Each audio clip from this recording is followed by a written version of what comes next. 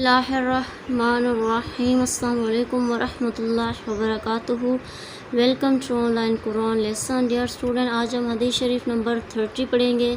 حدیث شریف نمبر 30 میں ہے جہنمیوں کی پہچان. قال رسول اللہ صلی اللہ علیہ وسلم الا اخبرکم بأہل النار کل عتل جواز متکبر. ترجمہ ہے، رسول اللہ صلی اللہ علیہ وسلم نے فرمایا، کیا میں تمہیں جہنمیوں کی خبر نہ دوں؟ ہر سرکش، بخیل اور متکبر جو ہے وہ جہنمی ہے. درس نصیحت ہے، ضد، نافرمانی، ریاکاری جہالت کی دلیل ہے.